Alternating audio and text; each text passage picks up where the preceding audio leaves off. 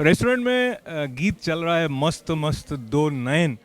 Restaurant का नाम है Utsav and in the Utsav restaurant there is a very special evening organized by INOC America and the president of this New York chapter, Junaid Qazi ji, is with me, and also I have the pleasure of welcoming someone who is connecting us with news through IBN, Sumit Awasthi ji. So with his permission, of course, he is host and you are guest for us here. So important guest. So tell me, Sumit, in general, you have been here for a week, and of course, the preparations are in full swing to welcome Indian Prime Minister. So, what is the mood that you have observed here? Most of the Indians are excited. Most of them, including Mr. Junaid Qazi, with his permission. Most of the Indians are excited because they want to see who is Narendra Modi and how he has won such a thumping victory. I met n number of people from various diasporas, from Columbia University to New Jersey to entrepreneurs to young businessmen. Most of them are very positive. They want to hear him. The Madison Square event is a big high for them.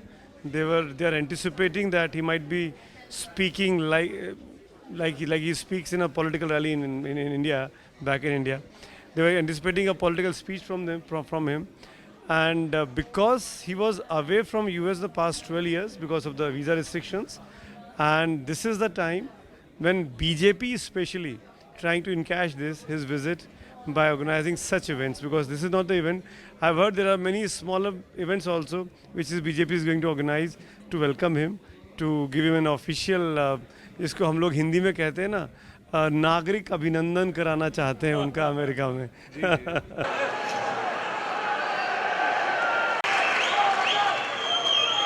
आप सबने अपने व्यवहार के द्वारा, अपने संस्कारों के द्वारा, अपनी क्षमता के द्वारा अमेरिका के अंदर बहुत इज्जत कमाई. तो ये नागरिक अभिनंदन की बात को लेते हुए और जिस तरह से सुमित का ऑब्जर्वेशन है, उनको लगता है कहीं ना कहीं प्रधानमंत्री की इस यात्रा के साथ में थोड़ा सा राजनीतिकरण भारतीय जनता पार्टी की तरफ से किया जा रहा है, और मुझे लगता है इस बात से जुनैद काजी पूरी तरह सहमत होंगे. पर आपके अंदर भी उत्साह है भारत के प्रधानमंत्री का इतनी जोर शोर से गर्म जोशी से जो स्वागत किया जा रहा है. आपकी क्या अपेक्षाएं हैं उनकी इस यात्रा से, क्या भारत को हासिल होने वाला है?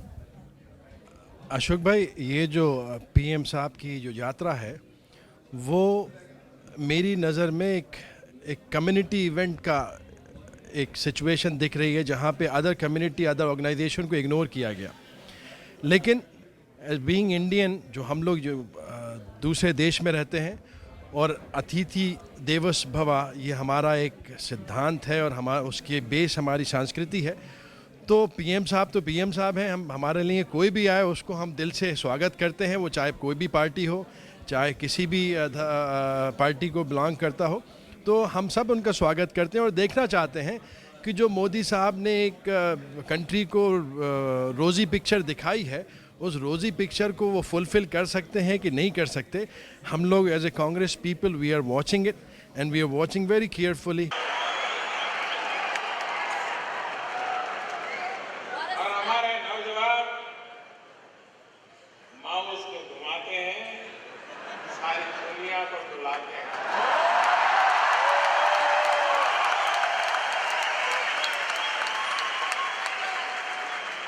सुमित जी की उपस्थिति का लाभ लेते हुए आपने कहा कि जिस तरह की अपेक्षाएं हैं, और अपेक्षाओं के साथ में शशि थरूर जी ने जब थोड़ी सी प्रशंसात्मक टिप्पणी भारत के प्रधानमंत्री नरेंद्र मोदी जी के लिए कर दी थी, तो कांग्रेस की तरफ से काफ़ी हल्ला गुल्ला मच गया था, ऐसी खबरें आ रही थी.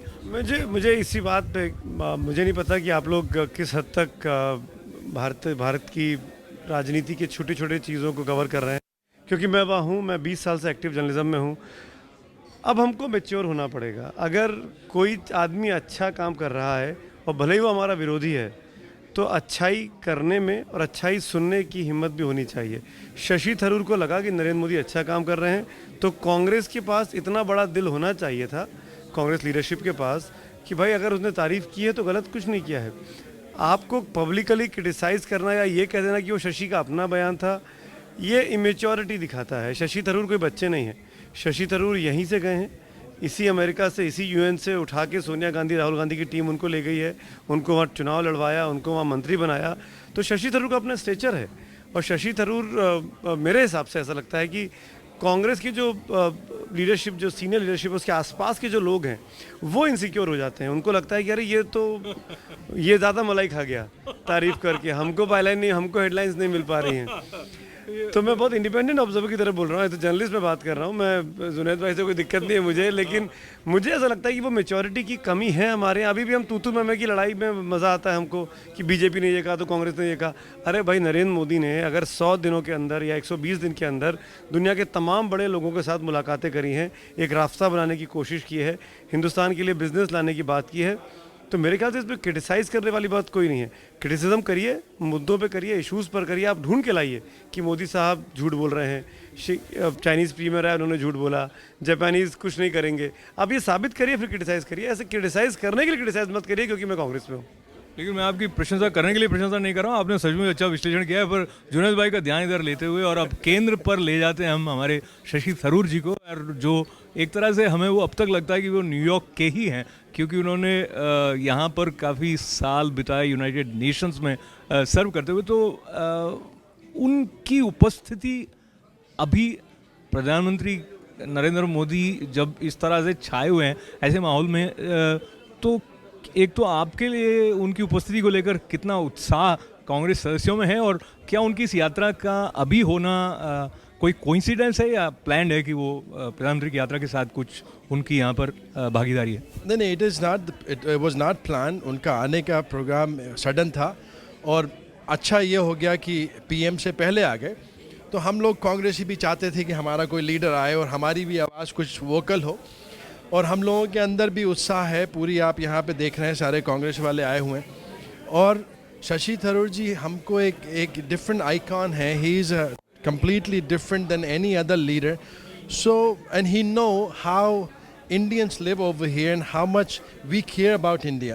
So he's excellent person to be to represent in the Congress here. So we welcome him, and then you are media people, you can ask him any question you want, and you will have the time. India just cannot afford to lose valuable time and opportunity either. But rest assured, all is not lost. Thank God we still have leaders like Shashi Tharoor. I say to you that with these great leaders like Dr. Shashi Tharoor, India still has a date with destiny. But there was no routine. In fact, there were constant new steps, new measures. This is a government that has given the country everything from the Right to Information Act, which has transformed accountability and transparency in the country, to the Right to Education Act that has brought kids into school in record numbers, the Land Acquisition Act, controversial though it may be, which has given rights to people whose land is taken over by the government, the Mahatma Gandhi National Rural Employment Act, which has brought rural employment to poor people. This is not a government doing routine things. There were a lot of initiatives, a lot of new actions, direct fund benefit transfers instead of subsidies to people. All sorts of new innovations are coming up all the time. So it was never routine. I've never used that word. And if you check your tape, you'll find I've never said the same routine. Shashi ji, we have known you as an author, and that tells us you connect very well with intellectuals. But what is the secret behind connecting so well with your constituents that even when there are only 40 plus Congress MPs, you are one of them? Well, in this particular case, it was just hard work, I assure you, because in Kerala, the voters are very demanding. They want to see results. They want to see action. So I spent a lot of time in the constituency, but I also spent time in Delhi doing the work of the constituency. So we got a lot of things delivered. For example, there is a bypass road that had been hanging fire for 40 years. None of the previous MPs have been able to break the logjam in Delhi. I did so and got it implemented by following through personally at every stage of the process. Similarly, some other central funds for various things, a number of railway stops for Trivandrum which had not been available earlier. So it became very much a question of delivering visible, measurable results in the constituency. Your resourcefulness has helped people in various ways. Initially, you were connecting with people through Twitter, and recently you wrote an open letter to Prime Minister Narendra Modi reminding him about 125th anniversary of Pandit Nehru. Tell me why you felt the need, and do you feel Pandit Nehru is being ignored by this administration? Oh, he definitely isn't being ignored, and not just ignored, I think he's also being disparaged. See, Mr. Modi is trying to set up an alternative view, which is fine. There's always room for debate. I didn't even say that he has to be admiring of Mr. Nehru. I just said take into account his accomplishments, debate it, discuss it, critique it, but don't ignore it. This is part of our history, and a very major part of our history. That was my message. But clearly, Mr. Modi and the BJP have a very different view from the Nehruvian view of India, and that's fine. We should have lively debates on all these issues in our democracy.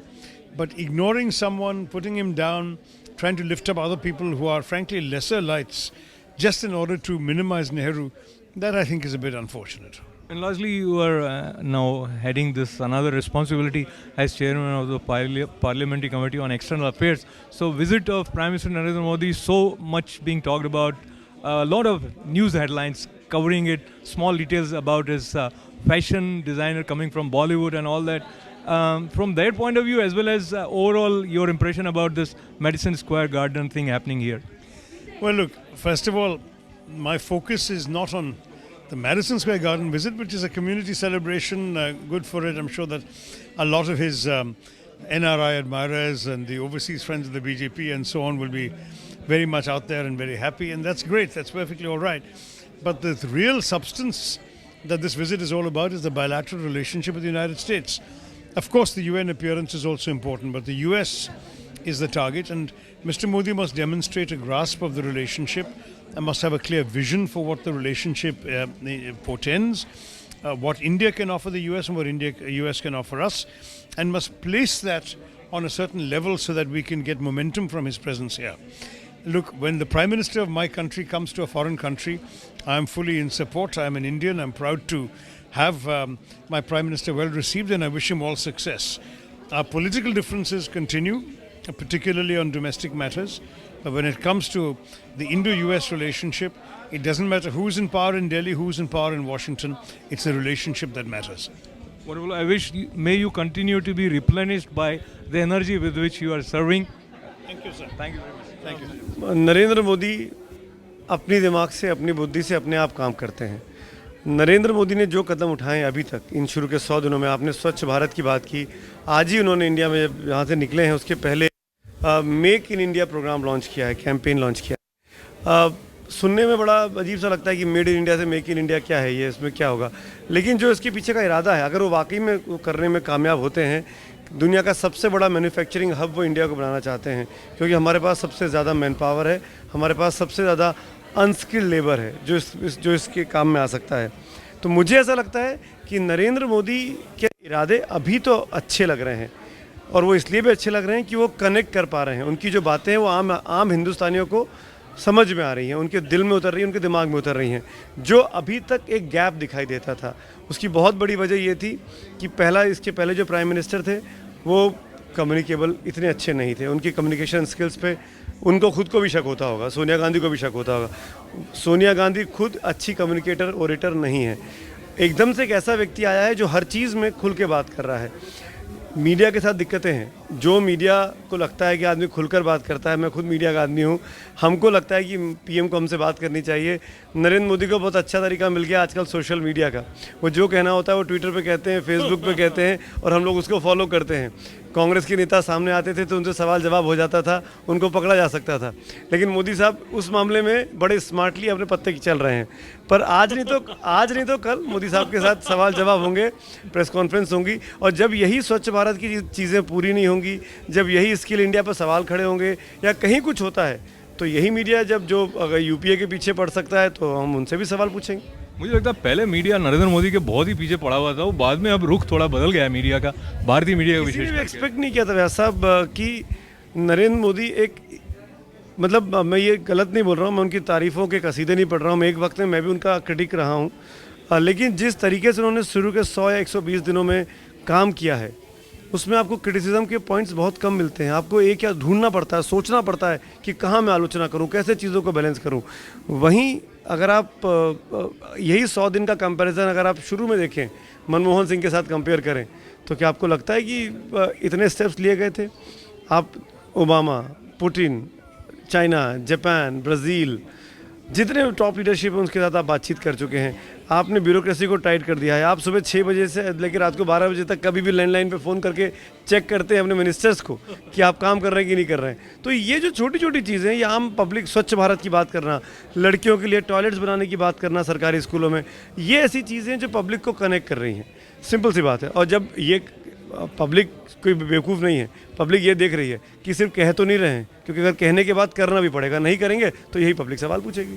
तो कहने और करने की बात को लेते हुए अब जब जुनैद जी की तरफ बढ़ रहा हूँ, तो हम जो बात कर रहे हैं वो कहीं ना कहीं ऐसा लगेगा इन्हें कि कहीं वो कांग्रेस के विपरीत तो नहीं जाती है, क्योंकि ये आयोजन कांग्रेस की तरफ से किया गया है। तो जुनैद जी, आपकी तरफ मैं बढ़ते हुए याद करना चाहता हूँ हमारे आज के मुख्य अतिथि शशि थरूर जी के एक उपन्यास द ग्रेट इंडियन नॉवल के 25 बरस पूरे हुए हैं, उसका भी समारोह बनाया गया और उसमें उन्होंने डायनेस्टिक पॉलिटिक्स को क्रिटिसाइज़ किया ऊपर। और अब वो कहते हैं कि अब वो उतना खुलकर नहीं लिख सकते हैं, खुलकर बात नहीं कर सकते, क्योंकि उन्होंने जो रास्ता अपने लिए चुन लिया है राजनीति में।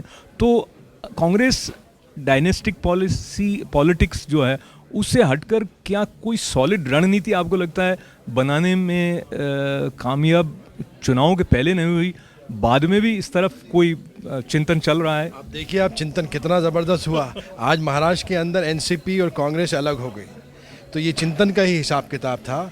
और अब याद देखिएगा आप, जहां महाराष्ट्र का जो इलेक्शन है, वेरी इंपॉर्टेंट इलेक्शन, उसमें बीजेपी स्प्लिट हुई शिवसेना से, कांग्रेस स्प्लिट हुई एनसीपी से। Now the election will be BJP and Congress, and you will mark my word, then you will see how much Congress will gain this thing.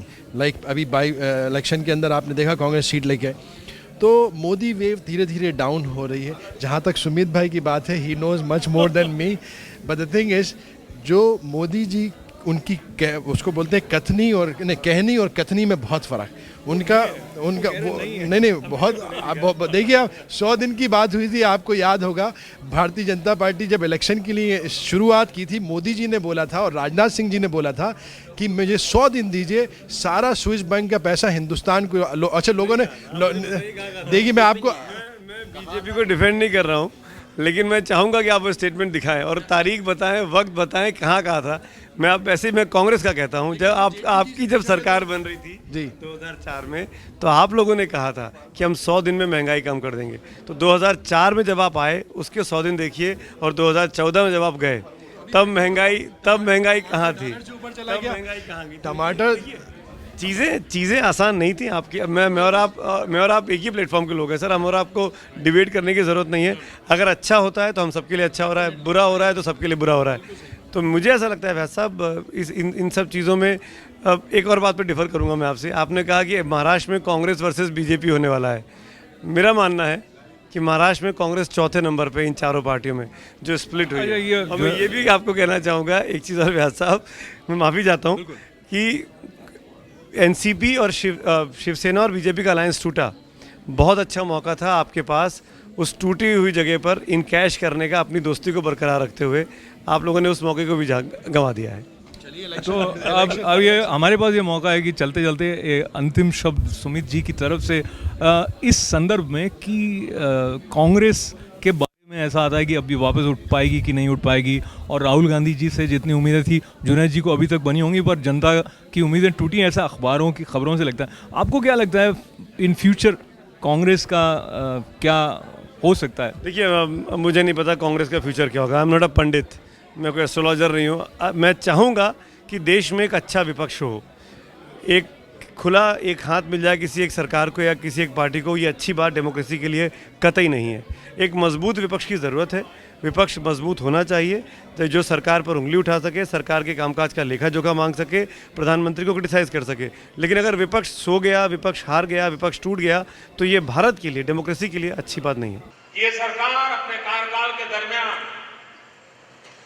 जन सामान्य की आशा आकांक्षाओं को पूर्ण करने में 100% सफल होगी। CNN IBN के साथ संबंधित भारत से आए भूपेंद्र चौबे जी हमारे साथ हैं। न्यूयॉर्क की इस यात्रा में आप क्या अपेक्षाएं लेकर आए हैं? देखिए, अपेक्षाएं तो जब भी प्रधानमंत्री बाहर जाते हैं भारत से तो हमेशा अलग अलग किस्म की होती हैं, लेकिन इस बार मुझे लगता है कि ऐसा पहली बार है कि जो बात बराक ओबामा जी कहते हैं कि वो एक राष्ट्रपति नहीं बल्कि एक सेल्समैन है, एक तरीके से एक बिजनेसमैन है, वैसा ही कुछ मिजाज नरेंद्र मोदी जी का भी है।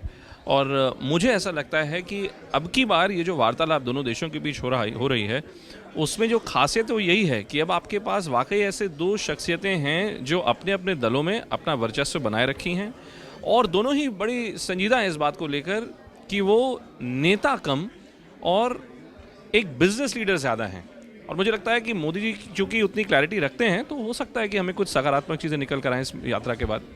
जब आप सकारात्मक कहते हैं तो उसका संबंध कुछ भारत और अमेरिका के बीच आर्थिक दृष्टि से दोनों पक्षों के लिए लाभदायक समझौतों के लिए अधिक है, या आतंकवाद के विरुद्ध लड़ाई में अमेरिका की तरफ से भारतीय सरोकारों को ध्यान रखने की तरफ अधिक सजगता को लेकर है? देखिए, आज भी यहाँ पे UNGA समिट चल रहा है न्यूयॉर्क में, और देखिए आज भी यहाँ पर जो ब्रेकिंग खबर चल रही है वो ये कि किस प्रकार से अलकायदा के लोग जो हैं वो यहाँ पर सबवे को टारगेट कर रहे थे, अटैक करने की साजिश बना रहे थे। ओबामा साहब का अभी जो परसों जो बयान आया था, मुझे लगता है वो बहुत ही ज़्यादा महत्वपूर्ण बयान था, और उस बयान को लेकर अब नरेंद्र मोदी जी क्या रुख इख्तियार करेंगे ये निर्धारित करेगा कि दोनों देश कितना आगे जा सकते हैं जहाँ तक आंतरिक सुरक्षा के मामलों का संबंध है। ओबामा साहब ने कहा कि 21वीं सदी के लिए सबसे ज़रूरी ये बात है कि हम इस्लामिक आतंकवाद से ठोस तरीके से निपटें। यही बिल्कुल बात नरेंद्र मोदी जी भी लगातार चुनाव प्रचार के दौरान भारत में कह रहे थे कि आपको आतंकवाद से निपटना चाहिए। उनकी पार्टी को ऐसा लगता है कि आतंकवाद इस्लामिक आतंकवाद है, यानी वो एक धर्म विशेष से संबंधित है।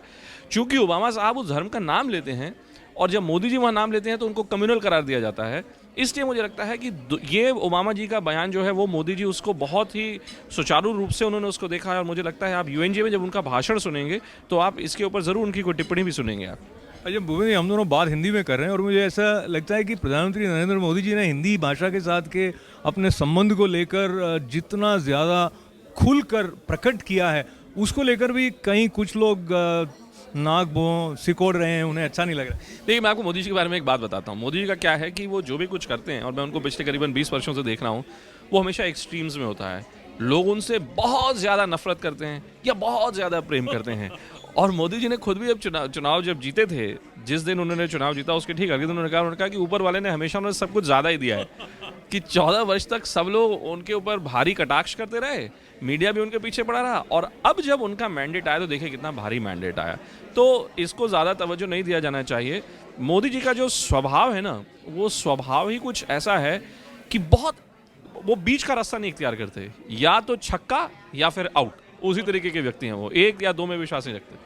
अभी George Bram ji, you are chairman of INOC and it was a great event, the presence of Shashi Tharoor. Tell me, what is the take-home message from his speech for you? Well, his take-home message is that when it comes to foreign policy, when it comes to the common interest of India and US, we are all on the same page.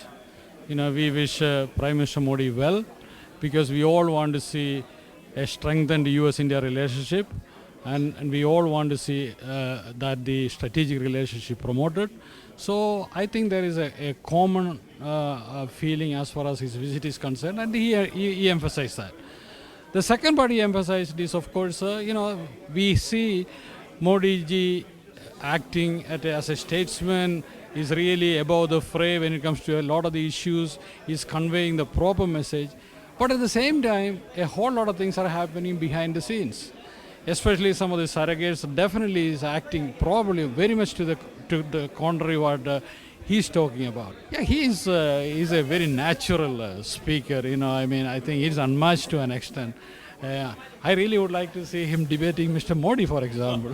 Wonderful. Let's hope that happens someday. Thank you very much. Thank you.